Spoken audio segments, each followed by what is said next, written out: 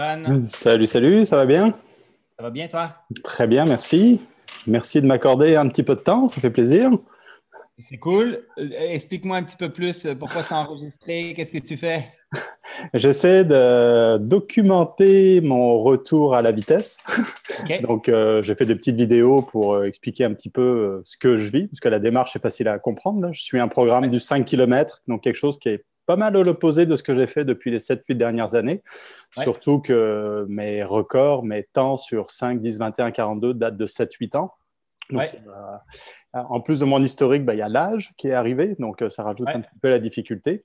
Et puis, j'ai besoin de conseils de spécialistes parce que même si j'ai fait beaucoup de courses à pied, il y a certains détails techniques que j'ai pu voir de manière théorique.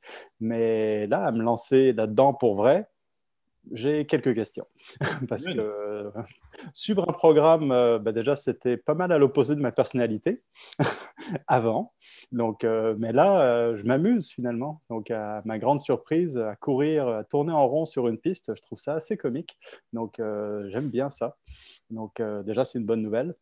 Sauf que c'est ça, suivre un programme de 5 km, juste déjà la semaine dernière, j'en discutais avec Jean-François Harvé, le volume de la semaine est tellement bas que j'avais peur comme de ne pas en faire assez.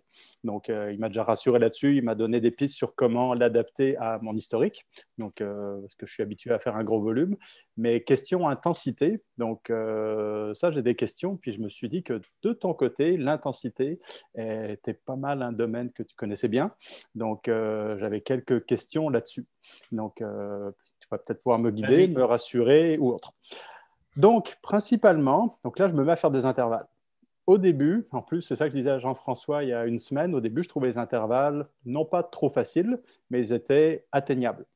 Donc, même si des vitesses que je n'ai pas fait depuis longtemps, pendant les 2 premières semaines, j'y arrivais et à atteindre des vitesses. Et surtout, au niveau de la récupération, j'avais l'impression d'avoir absolument aucun problème. Donc, comme si les intervalles ne faisaient rien. Donc, parce que normalement, il me semble que si je fais un entraînement, je suis censé le sentir un petit peu au moins dans la journée, puis disons le lendemain. Il ne faut pas que ça dure trop longtemps, sinon un entraînement suivant 2 jours plus tard est hypothéqué. Mais là, que je ne sente rien, je me disais, bon, peut-être qu'il n'y en a pas assez. Donc, la vitesse est la bonne, c'est-à-dire je ne peux pas aller vraiment plus vite que ça, mais peut-être que le volume n'est pas suffisant. Sauf que ça, c'était il y a une semaine. Puis cette semaine, je me suis évidemment fait un petit peu surprendre par le programme parce que le programme, il augmente tranquillement. Et là, il fallait atteindre des vitesses pendant 3, 4, 5 minutes. Là, je l'ai senti passer. Donc, j'imagine que c'est une bonne nouvelle. Ça veut dire que là, le programme commence à atteindre des intensités qui vont créer une adaptation de mon côté. Mais là, la question que je me posais, c'est, bon, est-ce que je dois suivre le programme à la lettre? Est-ce que je peux en rajouter un petit peu? Et évidemment, malgré mon historique de coureur, est-ce que j'ai des risques de blessures ou de douleurs ou qu'est-ce que je devrais surveiller? Parce que ça fait 15 ans que je cours, donc comme tu le sais, puis je me suis mis au minimalisme et à un volume assez fort en 2012, donc où j'ai éprouvé plein de douleurs qui se baladaient un petit peu pendant 3 ans. Et je m'étais dit, en 2015 à peu près, il me semble qu'après avoir fait tout ce volume, donc du 5-6 000 km par an, être passé par toutes les douleurs d'adaptation qui vont avec le changement de foulée, l'augmentation du volume, je m'étais dit en 2015, quand même, il me semble que là, mon corps est adapté et que si je voulais, je pourrais faire des intervalles et mon corps, là, pourrait le tolérer sans danger de blessure. Sauf que j'étais déjà dans ma phase ultra. Et puis, donc, je n'ai pas fait d'intervalle parce que ça ne s'accordait pas vraiment avec mes objectifs. Et puis, là, on est en 2021. Puis là, je me dis, bon, peut-être que les intervalles auxquels je pense depuis 2015, il serait temps de les essayer. Donc, est-ce que j'ai raison de n'avoir aucune crainte ou je devrais surveiller un petit peu des petits détails pour être sûr de ne pas foncer dans un mur et puis d'hypothéquer mes tentatives de vieux records qui sont, ils datent de 7-8 ans. Et là, je vais atteindre des régimes que je n'ai pas atteints quasiment jamais de ma vie. Donc, OK. voilà un petit peu dans quoi je m'embarque. Alors, il y a beaucoup d'éléments dans ce que tu viens de dire. Oh Pour te oui, commenter tout ça, je vais essayer d'être bref sur plein de sujets, puis après ça, on pourra élaborer. super. Euh, la vitesse, augmenter la vitesse de course, augmente la charge mécanique sur les tissus distals. tendon d'Achille, mollet, tête métatarsienne, le pied de façon générale, Mhm. et augmente aussi l'amplitude proximale, le OK. besoin en flexion-extension de hanche, donc la flexibilité, le stress sur ton psoas iliaque, sur ton dos en extension, parce que le dos va aller chercher plus loin en extension si tu vas plus vite.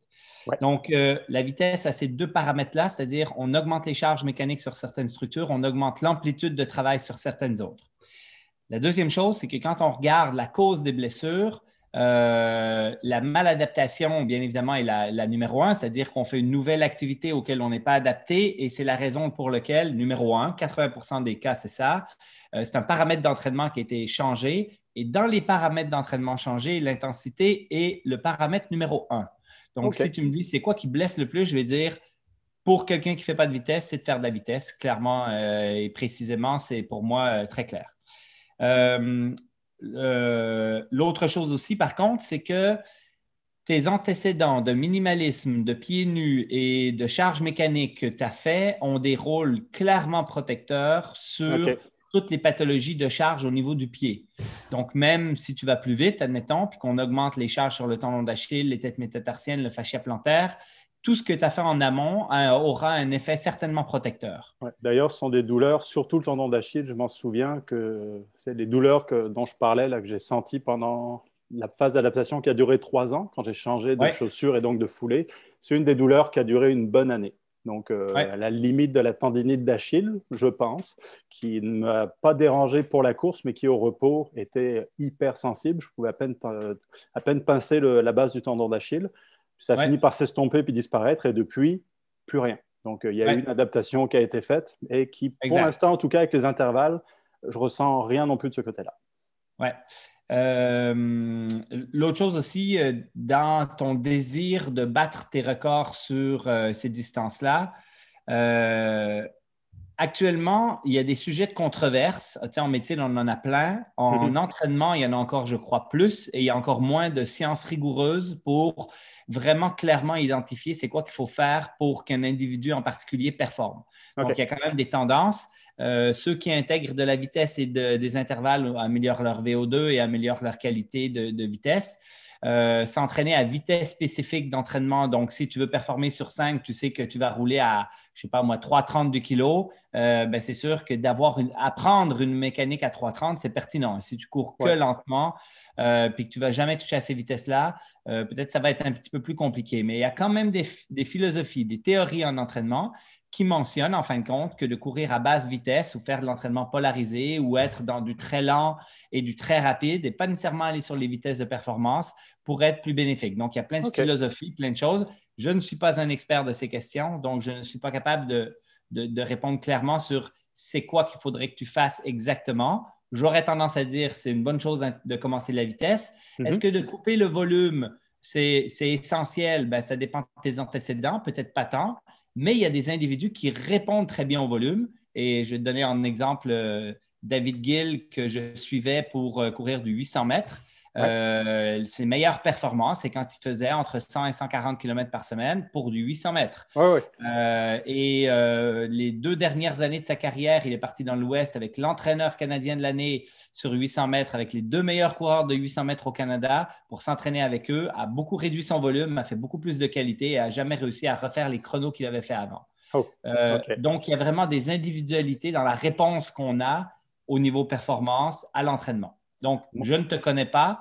Probablement que de faire de la qualité, ça va être une bonne chose, mais peut-être qu'il ne faudrait peut-être pas trop que tu coupes ton volume. Je ne le sais pas. Ouais. Moi, ce que j'ai remarqué, en tout cas, vraiment les toutes premières semaines, c'est quand je me suis mis à faire des intervalles, donc de la vitesse, et à retomber donc, dans les régimes. Pour le 5 km, il va falloir que je fasse ça en 3,20 à peu près, 3,21 du kilo.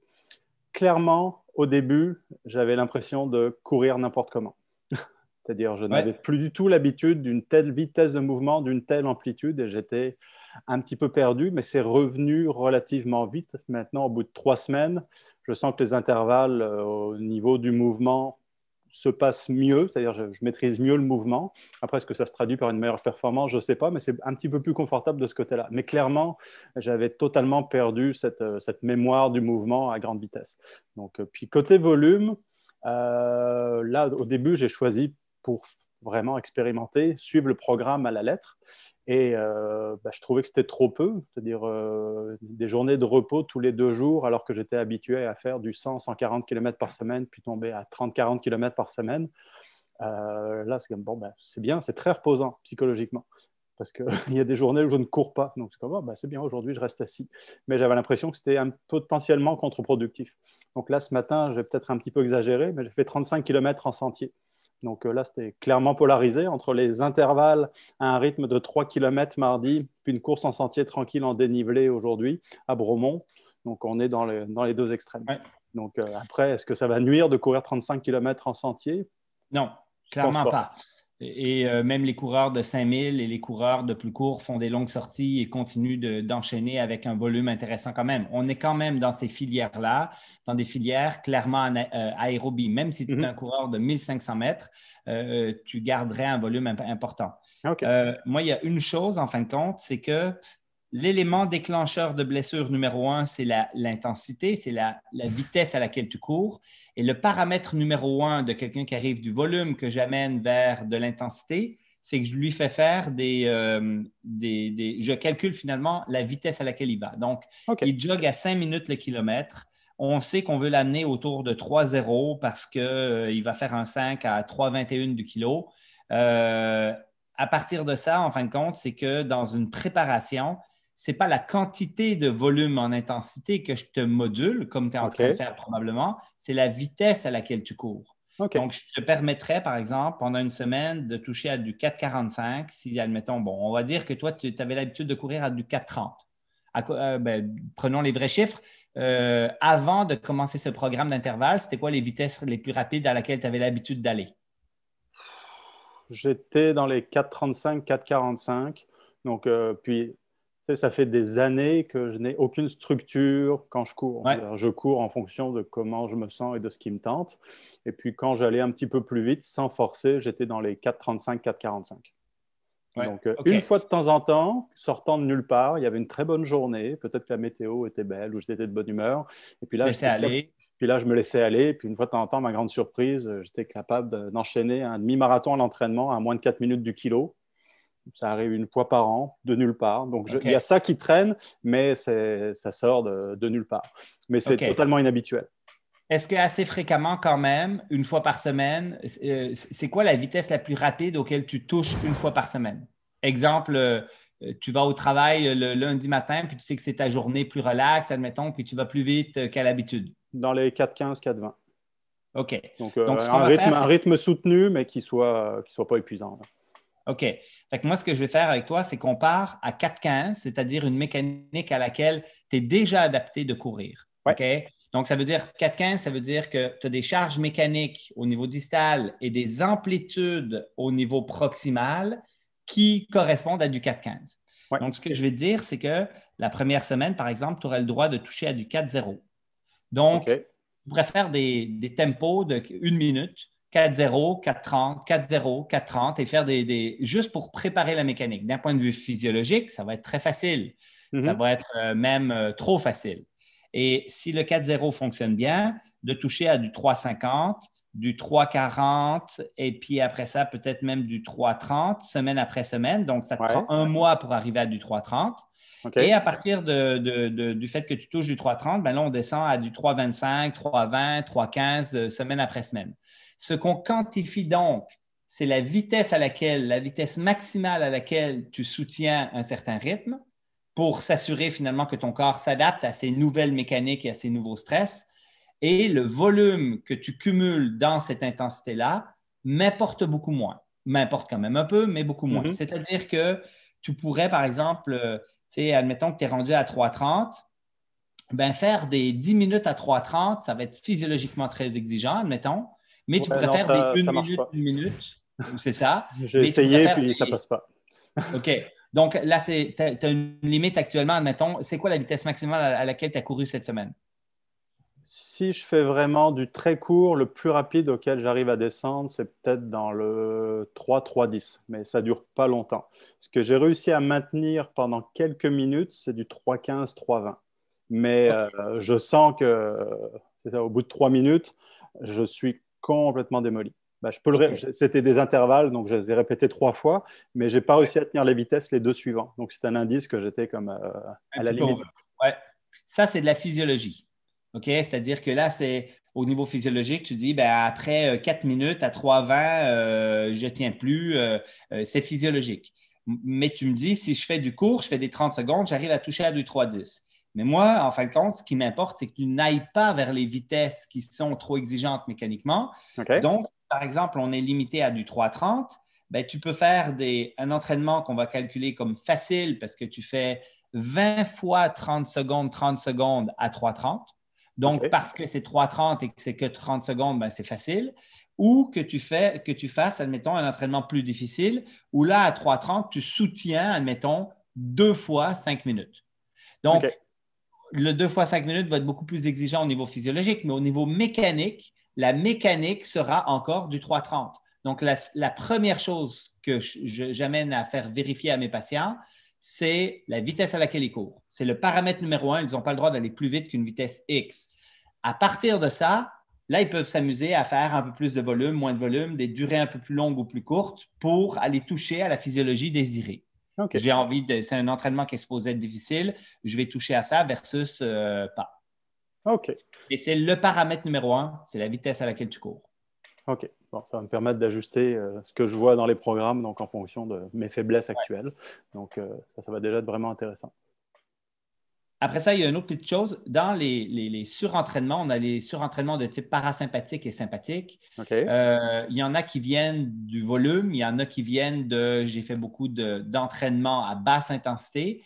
Et il y a des sprinteurs qui font parfois des surentraînements, mais en faisant à peu près aucun volume ou presque, simplement parce qu'ils vont toucher à des filières, une exigence d'intensité qui est très, très élevée. Et à partir de ce moment-là, toi, si tu commences à faire de l'intensité, sois quand même à l'écoute de ta fatigue physiologique générale, de l'ensemble de en dehors des blessures, qui pour moi est le facteur numéro 1 le plus à risque et celui qu'il faut que tu écoutes en numéro 1, mais il pourrait aussi, si tu es encore très tolérant, puis que finalement, tes années de minimaliste, de pieds nus et de toutes sortes t'as rendu tellement solide que même faire de l'intervalle, ça ne changera rien sur les blessures.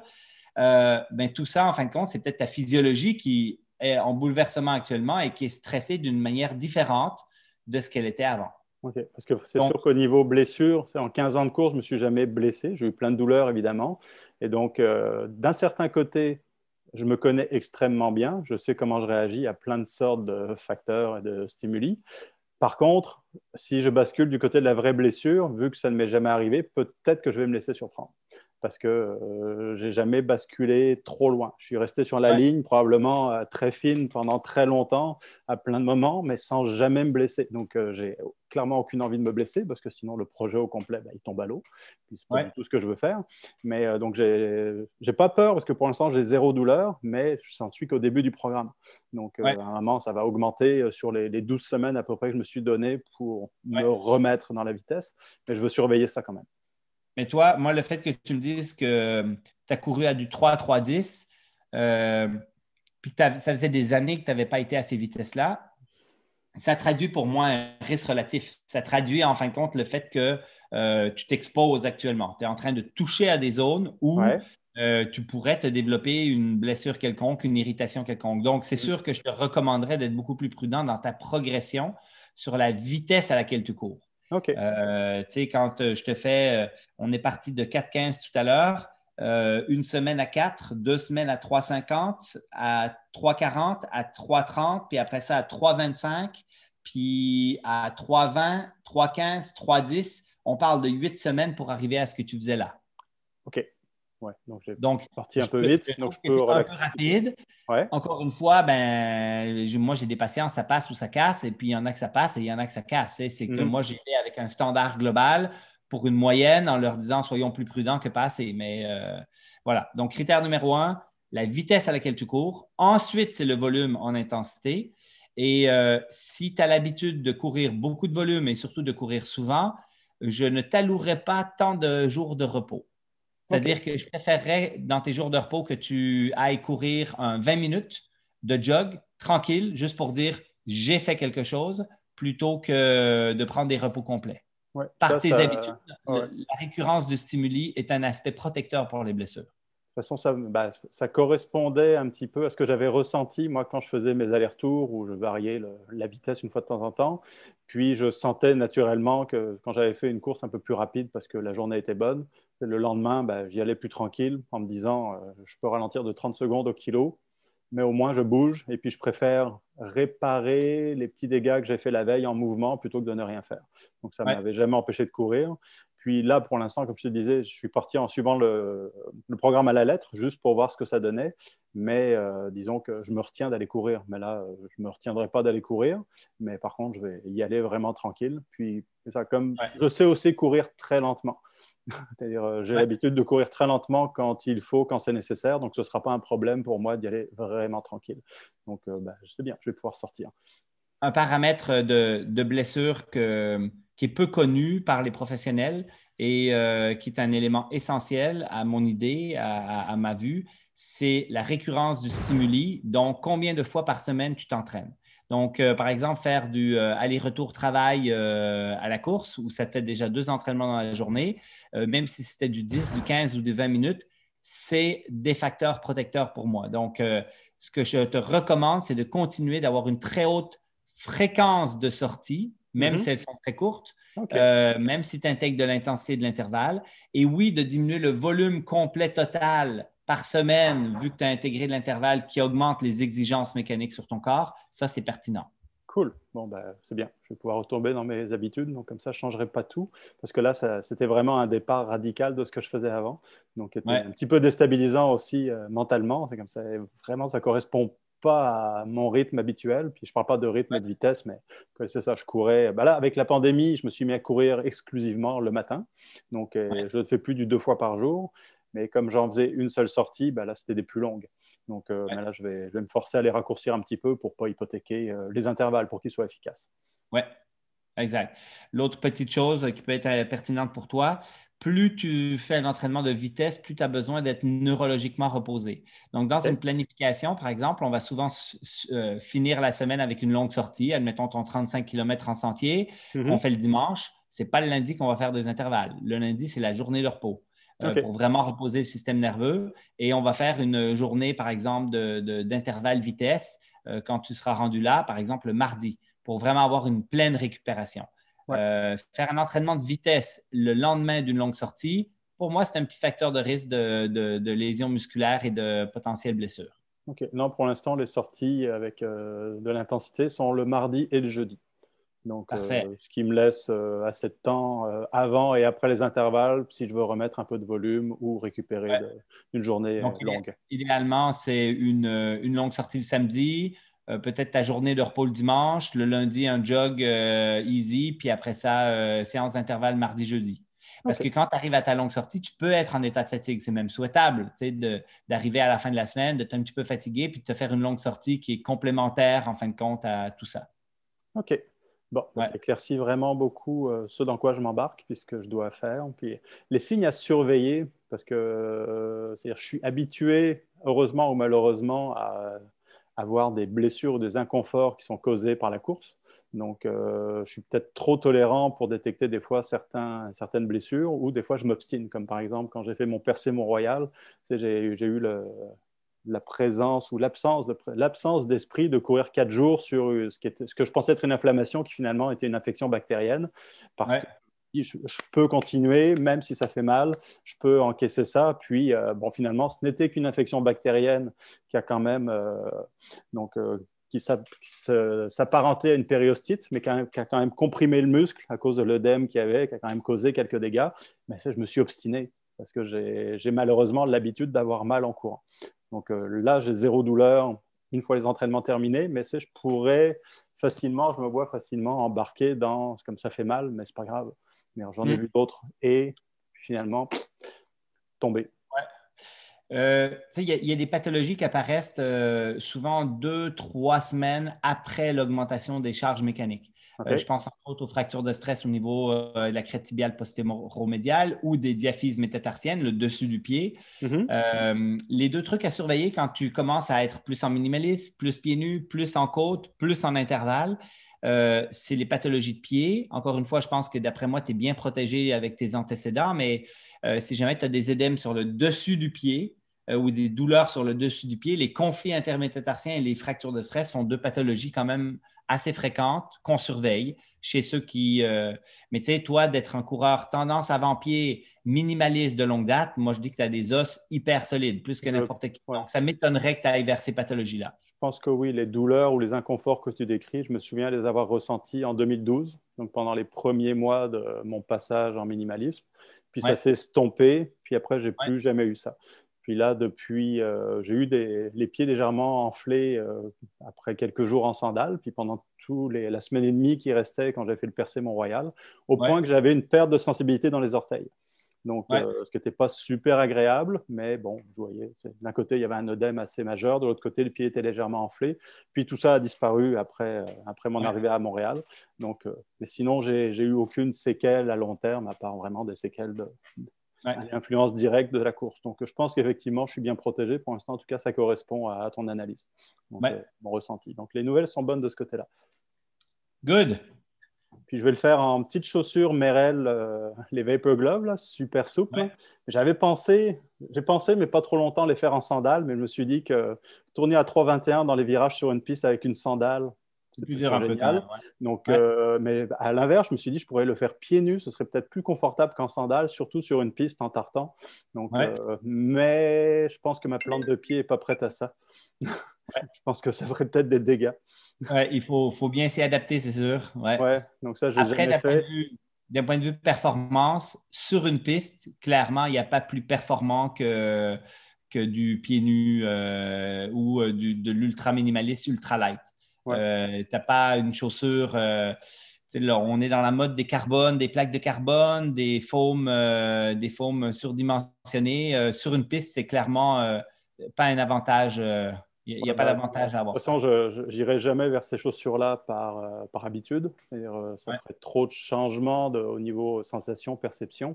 Puis les Vapor Gloves que j'ai, les Merrell, c'est des tout petits chaussons. Il y a quelques millimètres de caoutchouc, puis il y a zéro structure là-dedans, là. Donc, ouais, ça me convient parfaitement. Pieds nus, je pense que je ne le ferai pas parce que j'aurais vraiment trop peur d'abîmer ma plante de pied parce que j'ai zéro adaptation. Donc, ouais, en fait, j'ai couru pieds nus une fois dans ma vie, puis comme n'importe quel imbécile, j'en ai fait trop vite. C'est-à-dire, premier ouais, kilomètre était super confortable, donc je me dis, je vais en faire un deuxième. J'ai fini avec des ampoules de sang. Donc, ça ouais, m'a calmé. Depuis 2013 ou 2014, je n'ai jamais refait. ouais. Donc, peut-être que je le referai jamais, Mais mais j'y ai tu pensé. vois, tout est possible, mais tu sais, sur la piste, moi, ce que je te conseillerais, autant pour ton entraînement, tes adaptations, c'est d'intégrer 1 minute de pieds nus OK? de plus à chaque entraînement. Ah, Et tu cool. commences par ça. Donc, dans ton échauffement, tu enlèves tes chaussures, tu fais 1 minute. Donc, 1 minute, la première fois, c'est un demi-terrain. Tu Ouais, fais ouais. la demi-piste, tu coupes à travers le terrain où tu reviens. Et puis, la deuxième fois, c'est 2 minutes. Là, c'est une boucle. Et puis, tu augmentes de 1 minute pour faire ton échauffement pieds nus.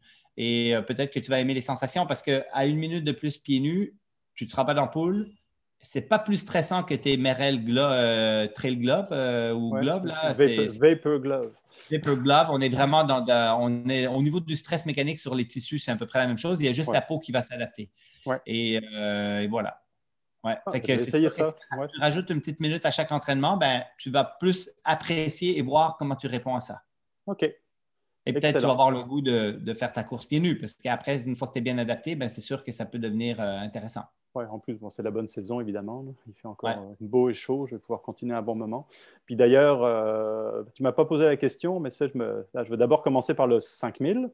Donc, Ouais. je me concentre d'abord là-dessus. Puis, on verra combien de temps ça prend avant que j'arrive à atteindre idéalement et battre le record. Puis après, je passerai au 10 000, puis après au Ouais. semi, puis après au marathon. Donc, Et c'est là, c'est quoi ton clairement, retard sur 5? c'est 17 minutes 15. OK. Donc, puis j'ai fait un test il y a 3 semaines maintenant, donc avec zéro entraînement spécifique, juste sur mon Ouais. entraînement de maintien de base, et je l'ai fait tout juste en dessous de 19 minutes. Donc, ça fait 1 minute 42, je crois, à retrancher, mais zéro intervalle à ce moment-là, rien du tout. Donc, je partais de loin et en même temps, pas tant que ça. Ouais. L'autre facteur, c'est que le 17 minutes 15, je l'ai fait en 2014, j'étais déjà en train de courir des ultras et donc ce n'est pas forcément le meilleur temps que j'aurais pu faire à cette époque-là si j'avais fait un entraînement spécifique. Donc Ouais. ça me donne un petit peu d'espoir que je peux rattraper le temps qui est passé avec maintenant en appliquant de la structure et du spécifique pour Ouais. compenser la perte de performance qui vient avec l'âge, forcément. Donc on verra, mais je ne me donne pas de limite de temps. C'est-à-dire, ça prendra le temps qu'il faut pour Ouais. me réadapter. Puis je commence par le plus intense, le 5000. Puis après, je vais profiter de toutes ces adaptations pour le 10 000, donc, ce qui devrait aller beaucoup plus vite. Le Ouais. 21, ça ne m'inquiète pas trop. Le marathon, bon là, on commence à changer de régime à nouveau. Donc, ça va être plus long. Puis le marathon, je me vois mal arriver à cette étape-là avant l'hiver.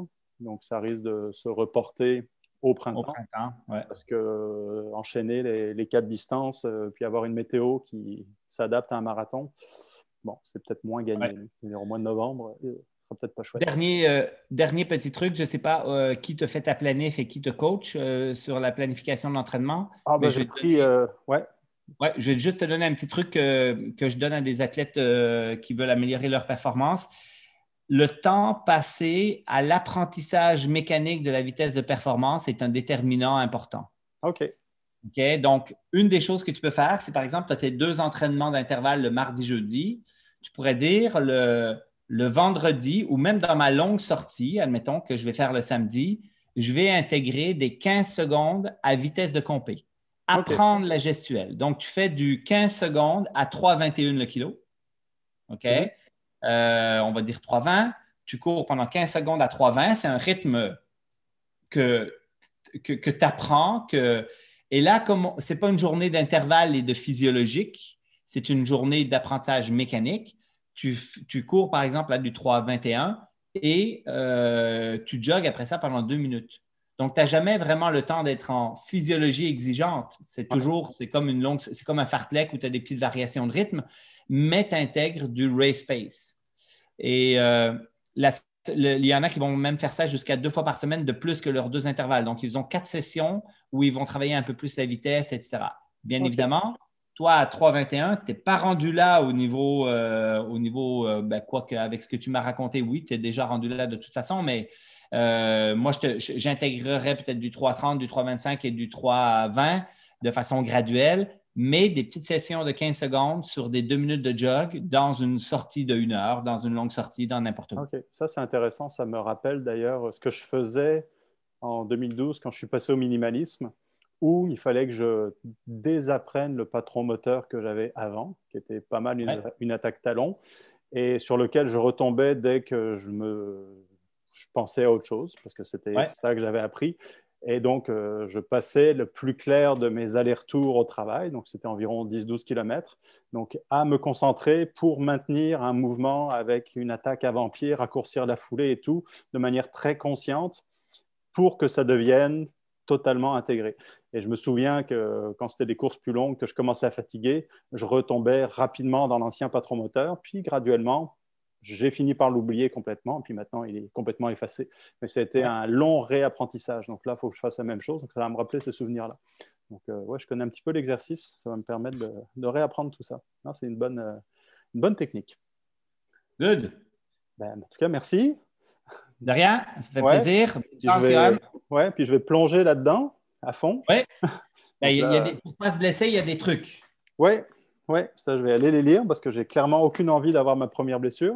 Donc, j'ai fait plein de conneries. Je me suis jamais blessé. C'est pas cette année que ça va commencer, j'espère. Lis bien le chapitre sur la quantification du stress mécanique. Ouais, Ça, bah, c'est bien intégré. je me souviens quand on parlait dans la formation de courseapied.ca. Donc, Oui, j'étais allé choisir avec Daniel Rioux. Ça, c'était quelque chose oui, qui m'était resté en tête et que je retiens encore. Donc, c'est pour ça que stress mécanique, là, je suis en plein dedans. oui. Donc, c'est pour ça que je voulais te parler, pour être sûr que justement, je n'étais pas en train de me lancer en bas d'une falaise puis que j'allais finir en tout petits morceaux à la sortie. Good. Parfait. Merci beaucoup. C'était super intéressant. Donc, je te tiendrai au courant de la suite.